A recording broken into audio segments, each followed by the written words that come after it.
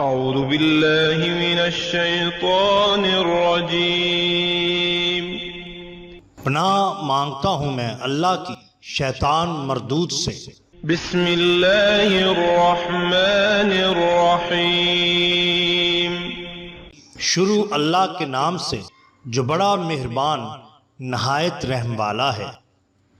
The bottom line کے ناظرین اکرام، السلام علیکم۔ محترم ناظرین، ہم اپنی آج کی ویڈیو میں آپ کو بتائیں گے کہ کیسے یہودیوں کی ایک قوم بندر بن گئی۔ ناظرین، سیدنا داؤد علیہ السلام کی قوم کے 70,000 افراد سمندر کے کنارے ایلا نامی بستی میں رہا کرتے تھے۔ ان لوگوں کو اللہ سبحانہ و تعالیٰ نے اپنی ہر نعمت سے نوازا تھا، لیکن جیسے ہی راحت و سکون آیا تو وہ اللہ سبحانہ و تعالیٰ کی یاد سے غافل ہو گئے اور اللہ سبحانہ و تعالیٰ کی نافرمانی کرنے لگے۔ ہوا یہ کہ اللہ تعالیٰ نے انہیں یہ حکم دیا تھا کہ ہفتے کے دن مچھلی شکار نہ کیا کریں، اتوار سے لے کر جمعہ تک جتنا چاہیں شکار کریں، مگر ہفتے کے دن کو نہیں۔ اب اللہ تعالیٰ نے ان کا امتحان لیا۔ ہوتا یہ کہ یہ لوگ اتوار سے لے کر جمعہ تک شکار کے لیے نکلتے، لیکن ان کے ہاتھ شکار معمول سے بہت ہی کم بلکہ نہ ہونے کے برابر ہوتا، اور ہفتے کے دن جب یہ سمندر کے کنارے جاتے تو دیکھتے کہ آج تو بڑی بڑی مچھلیاں سمندر کے اوپر ہی تیر رہی ہیں اور ان مچھلیوں کی تعداد ہزاروں میں ہے۔ خیر، معاملہ یوں ہی چلتا رہا۔ ہفتہ کے دن مچھلیاں زیادہ ہوتی اور پھر غروب آفتاب کے وقت آئندہ ہفتے تک کے لیے غائب ہو جاتی یا بہت ہی کم ہو جاتی۔ اسی بستی میں ایک شخص کو شیطان نے ورغلایا کہ تم پریشان کیوں ہوتے ہو، میں تمہیں ایک ہیلا بتاتا ہوں، تم ایسا کر لیا کرنا جس سے ہفتہ کی حرمت بھی قائم رہے گی اور تمہیں مچھلی بھی مل جایا کرے گی۔ شیطان نے اس کو ساری ترکیب بتا دی۔ اب جب ہفتہ کا دن آیا اس نے شیطان کی بتائی ہوئی ترکیب پر عمل شروع کر دیا۔ شکار کا سامان لے کر یہ شخص دریا کے کنارے چلا گیا اور اس نے کانٹا لگا کر ڈوری سمندر میں ڈال دی۔ ہفتہ کے دن مچھلی اس ڈور میں پھنس گئی۔ اس شخص نے ہفتہ کے دن تو اسے نہیں پکڑا، لیکن جیسے ہی اگلے دن اتوار آیا تو اس نے وہ مچھلی جو اس کے ڈور میں پھنسی ہوئی تھی آسانی سے نکال لی اور گھر لا کر بھون کر کھا لی۔ جب آس پڑوس کے لوگوں نے مچھلی کی خوشبو سونگی تو سب لوگ اس کے پاس آ گئے اور پوچھنے لگے، بھائی تمہارے پاس مچھلی کہاں سے آئی؟ اس نے کہا کہ میں یہ مچھلی آج اتوار والے دن پکڑی ہے۔ خیر، لوگ چلے گئے۔ اگلے ہفتے کو اس شخص نے پھر وہی ہیلا کیا جو اسے شیطان نے سکھایا تھا۔ جب مچھلی کی خوشبو آس پاس کے پڑوس کے گھروں تک پہنچی تو وہ تمام لوگ پھر آ گئے اور کہنے لگے، ہم تو پورا سمندر اتوار کو چھان مارتے ہیں، ہمارے ہاتھ تو ایک بھی مچھلی نہیں آتی، تمہیں یہ کہاں سے مل جاتی ہے؟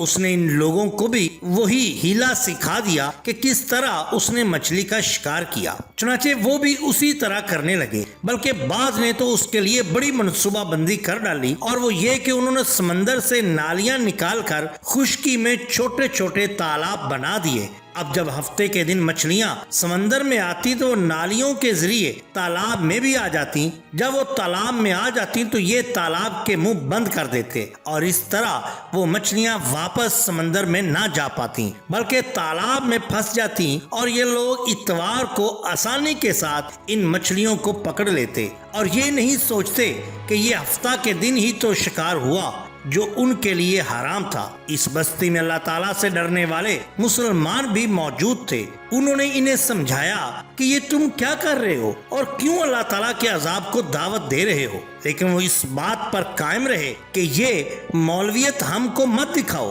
ہم ہفتہ کے دن کب شکار کر رہے ہیں، ہم تو اتوار کے دن شکار کرتے ہیں۔ اس بستی میں ان کے 3 گروہ بن گئے۔ ایک گروہ تو وہ جو ان لوگوں کو حق بات کی نصیحت کرتا، دوسرا وہ گروہ جو ان کو برا جانتا، تیسرا وہ جو اللہ تعالیٰ کی نافرمانی کھلے عام کرتے اور ہیلے بہانے بھی کرتے۔ پہلے گروہ نے انہیں بہت سمجھایا کہ ایسا نہیں کرو، کہیں ایسا نہ ہو کہ پچھلی اقوام کی طرح اس نافرمانی کی وجہ سے تمہیں زمین میں دھسا دیا جائے، یا پھر آسمان سے تم پر پتھروں کی بارش ہو، یا پھر کسی اور شکل میں تم پر عذاب آئے۔ جب وہ باز نہ آئے تو ان کے نیک اور صالح لوگوں نے یوں کہا، ہم نافرمانوں سے کوئی تعلق نہیں رکھیں گے، لہٰذا انہوں نے بستی کو 2 حصوں میں تقسیم کر لیا اور درمیان میں ایک دیوار بنا لی اور اپنے آنے جانے کا راستہ بھی تبدیل کر لیا۔ دوسرے دن سب لوگ صبح جب کام پر نکلنے گئے تو دیکھا کہ دیوار کی دوسری طرف سے کوئی آواز نہیں آ رہی، تو انہیں دیکھنے کے لیے کچھ لوگ دیوار پر چڑھ گئے۔